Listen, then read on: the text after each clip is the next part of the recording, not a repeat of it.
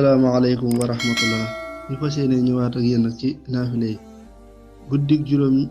ñeenteel ga ku ca julli ñeenti raka bu ci ne faatiha benn yoon ak tabar yadaa ñetti yoon xul huwallaahu benn yoon guddig juróom ñeenteel ga ku ca julli ñeenti raka bu ci ne faatiha benn yoon ak tabar yadaa ñetti yoon ak xul huwallaahu benn yoon dees na ko ca bindal tuyaabay muñkat yépp ak santkat yépp te dana mel ne wàccee na ab kaamil te dees na ko ca bindal tuyaabay ku jaamu yàlla juróom-ñaar fukki at yoo xam ne da ko yendoo woor fanaane koo julli te dees na digal ñaari malaayika ñuy far ay bakkaaram di bind ay tuyaabam ba bis pénc